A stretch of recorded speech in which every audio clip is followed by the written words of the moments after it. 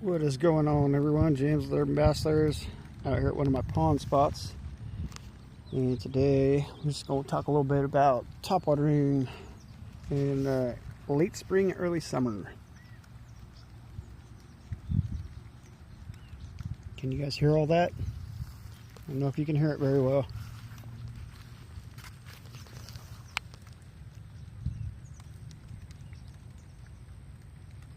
Hear the smacking?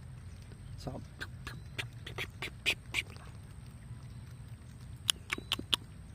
That's the bluegill down there underneath this stuff. Now this drops off right here like 4 feet. It's kind of gradual, but it goes out and it drops off, and it's pretty deep right here. Now what happens is the bass spawn, they move back out. You got bass fry all over the place. Then the bluegill move in and they take over the bass beds. And the bluegill will do their thing, and then you get bluegill babies also. Well, the bluegill like to eat the bass fry, and the bass fry like to eat the bluegill and the bluegill fry. It's, you know, tug of war between the bluegill and the bass, and in spots like this, that's all that's in here, bluegill and bass. So the bluegill and bass eat bluegill and bass. And so what I've been doing here is you can hear all this stuff going on the water. You got dragonflies flying around. You got fish coming out of the water for the dragonflies. They're eating the bass fry. They are also eating the bluegill fry. They're eating everything. They're hopping out of the water and they're eating all kinds of stuff. Dragonflies going by. And yeah, so what I do out here is I wait until I see just like that. Oh man, I wish I was on the boat now. You hear those big old splooshes. Those are the big ones.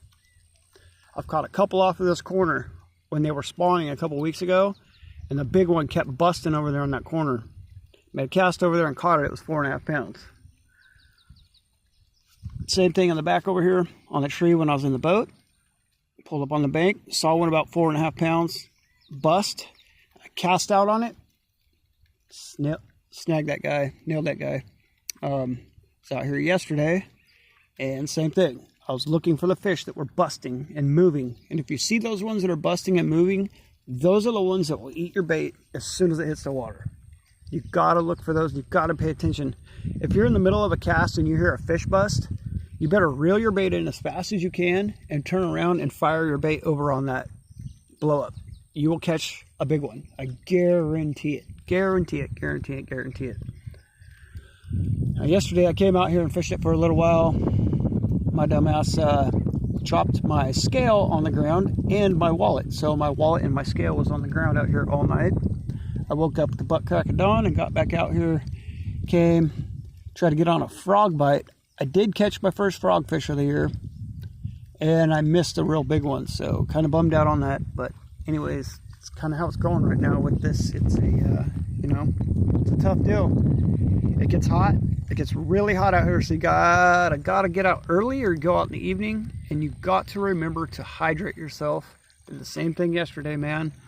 Went to my buddy's little memorial, his celebration of life the other day. It's just like 10 minutes from this fishing spot, and the power went out at the building we were at.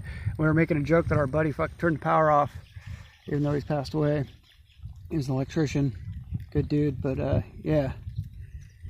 Frickin', it was hotter than crap in there, man. We came back over here. Well, I came back over here by myself after the little celebration and got back on the fish, man, and I was hooking into them left and right yesterday.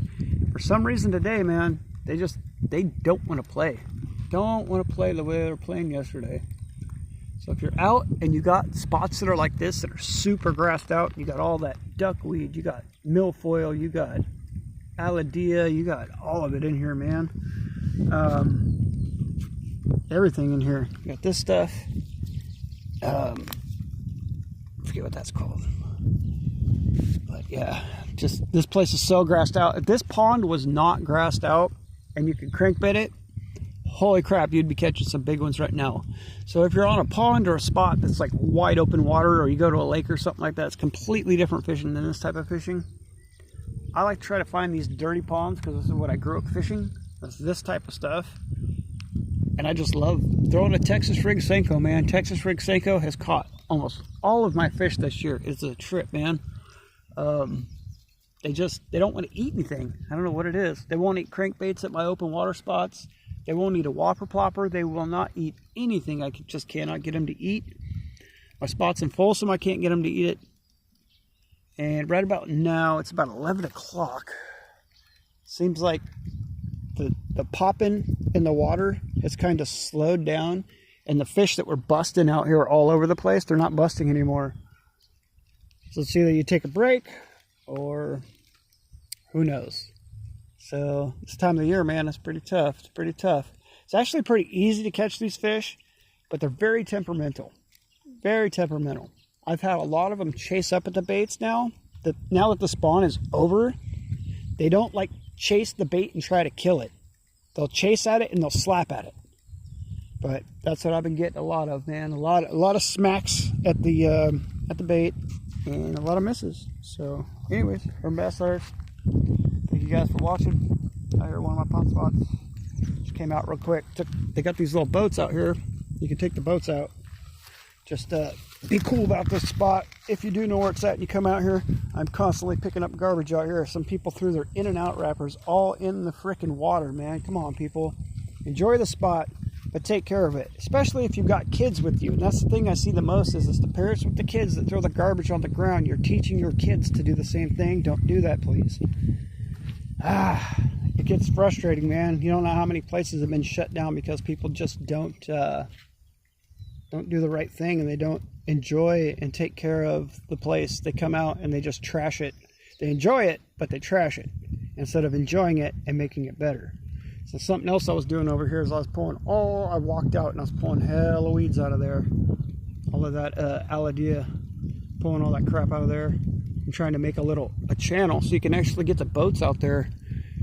And I was thinking about going and buying one of those little weed cutter things and coming out here and hacking some weeds out for this place, man. These guys need some help out here keeping this place maintenance. Now what they want to do is they want to spray this grass. They did it out here about 8 years ago and they killed all of the big fish. There used to be 10s, 11s, 12s in here. They had a big old book that was hanging on this little thing where you pay to get in here. If you do come out here, it's $5 a pole. Drop some money for them. Helps them keeps the fishing open, man. That's the deal.